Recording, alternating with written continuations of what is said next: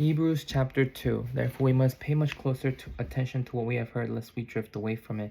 For since the message declared by the angel proved to be reliable, and every transgression and disobedience received just retribution, how shall we escape if we neglect such a great salvation? It was at first declared by the Lord and attested to us by those who heard. While God also bore witness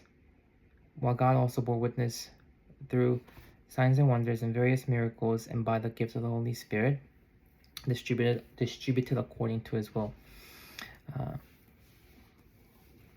For it was not to angels that God subjected this world to come, of which we are speaking. It has been testified somewhere, what is man that you were mindful of him, or the Son of Man that you care for him?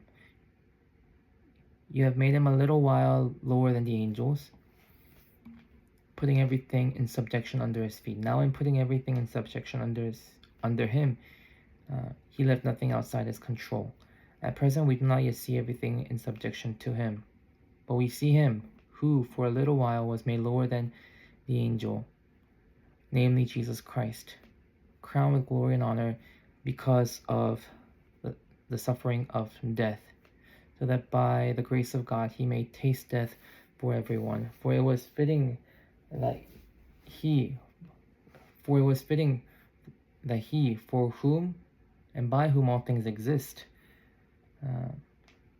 in bringing many sons to glory, should make founder of their salvation perfect through suffering.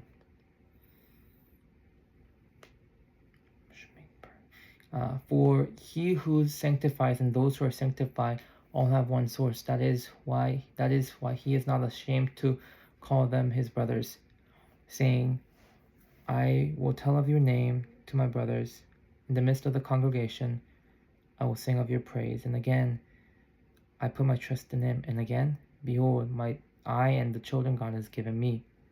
Since therefore the children share in flesh and blood, he likewise partook of the same thing, that through death he may destroy the one who has power of death, that is, the devil,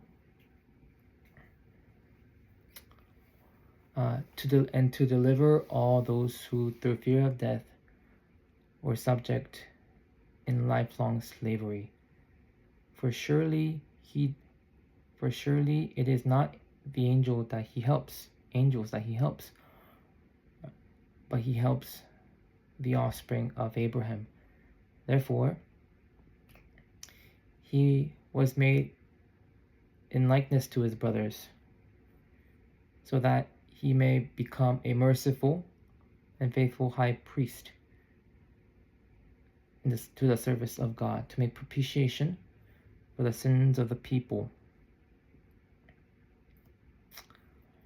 For he who has suffered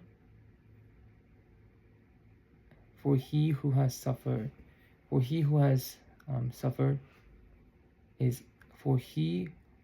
because he who has suffered